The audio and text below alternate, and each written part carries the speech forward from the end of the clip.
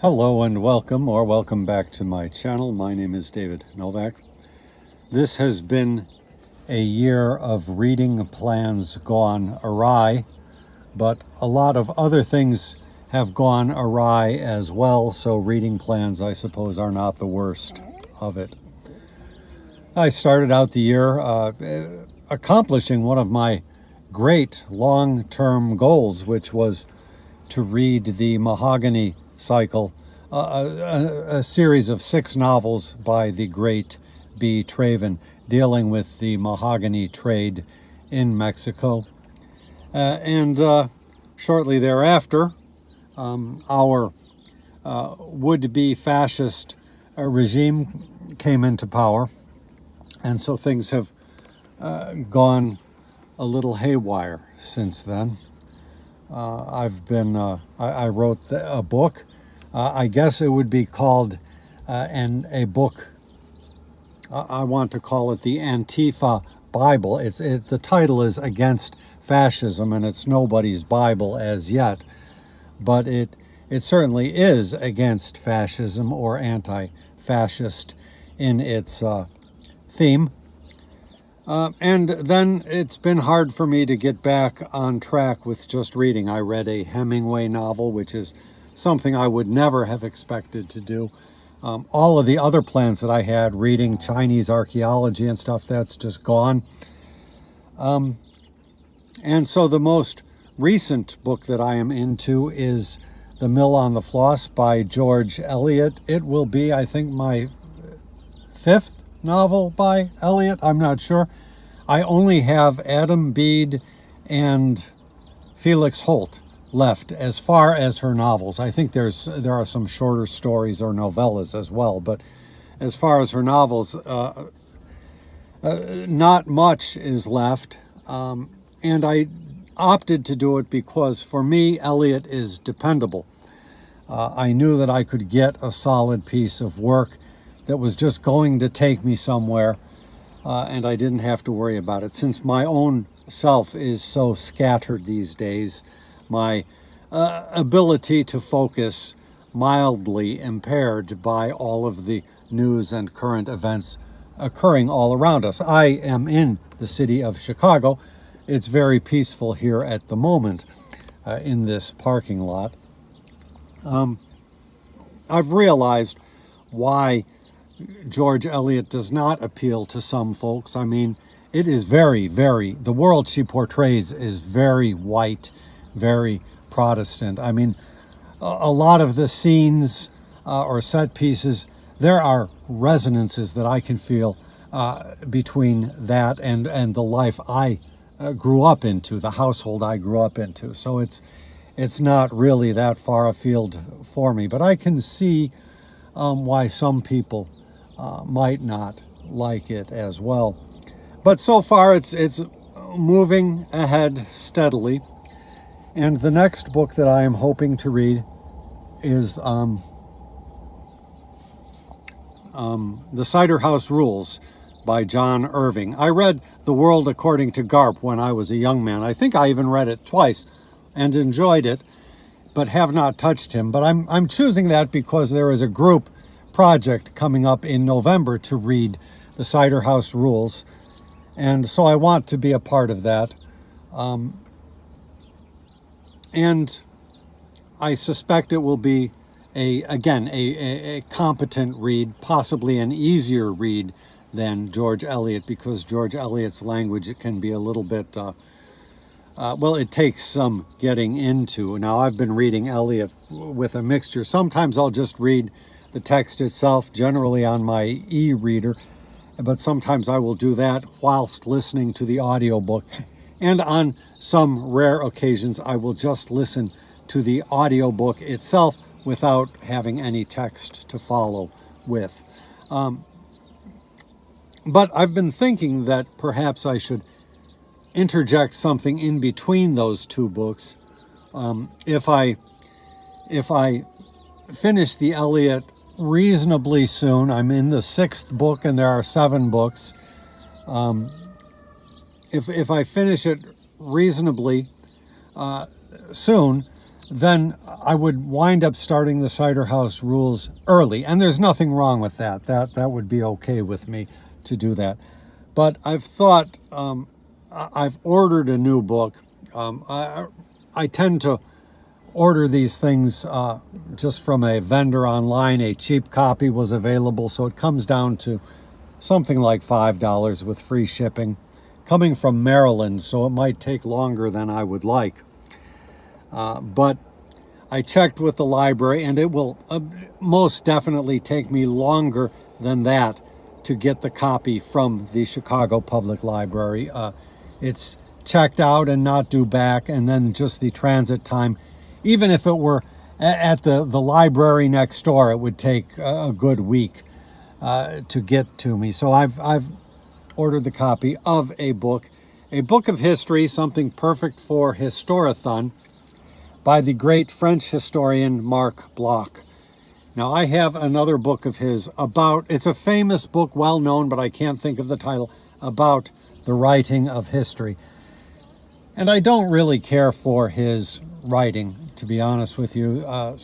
He's not one of my favorite historians, but he is well known to posterity because he was part of the resistance movement in France and was executed by the Nazis before the war was out.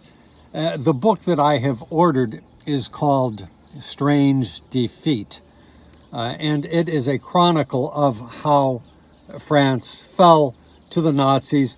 He had first-hand eyewitness experience, and I imagine that his insights will be worth paying attention to.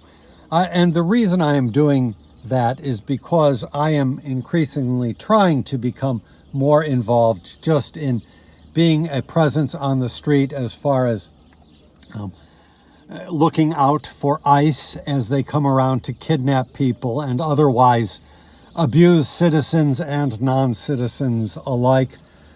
And I thought, well, while I am hopeful for an ultimate victory against these fascist interlopers into our democratic system, one must bear in mind the perpetual presence of or possibility of defeat or even death.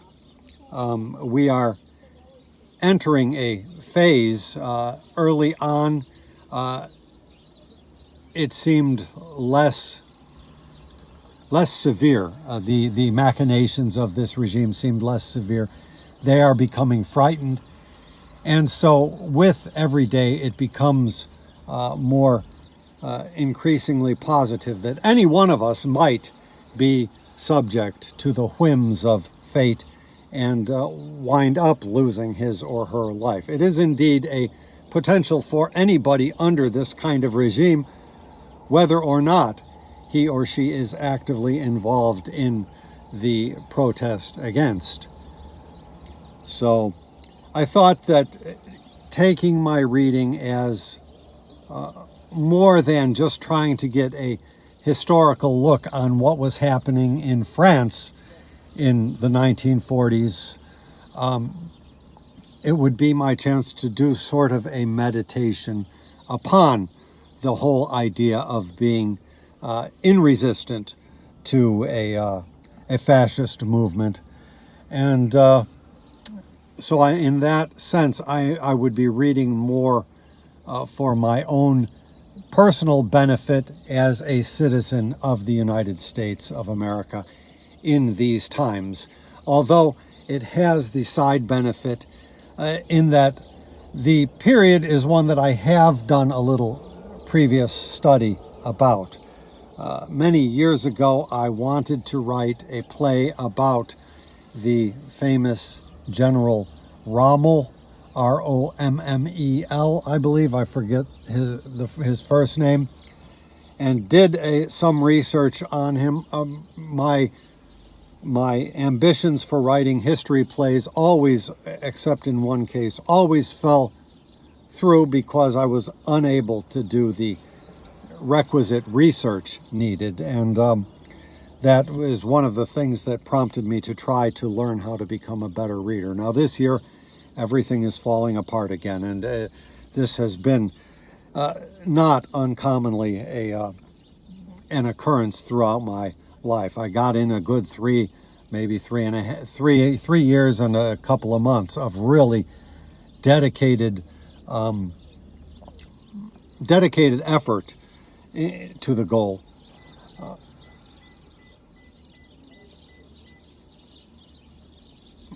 The car next to me is beeping. And there goes the train of thought. So, as I find myself out on the streets, I've been told that it can be very frightening.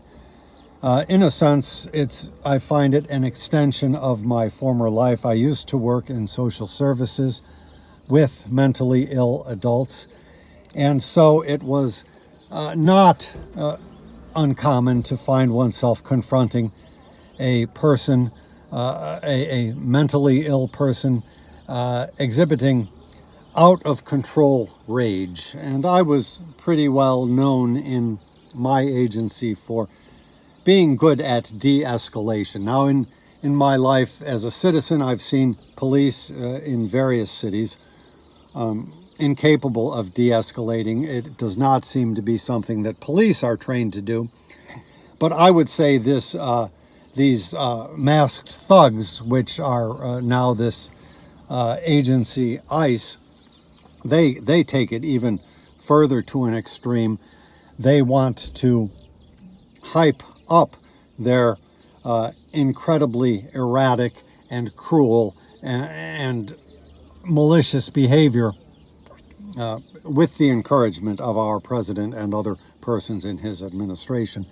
They want to ramp it up. And so I did not like when such incidents occurred in the mental health facility that I worked in. Sometimes you would have to take an enraged client down. Now, we were under obligation to let ourselves be harmed first before harming a client, and we had to be instructed and yearly refreshed on techniques of, now I can't remember what it is, but external constraint. I think that might have been the phrase they were using. These folks know nothing of that sort. I'm not sure even that our police officers do.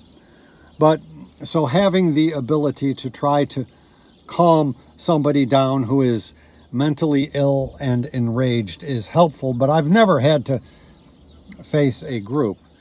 So that is where things stand, and with the trunk, my partner is back, so I will end the video. Thank you for stopping by my channel.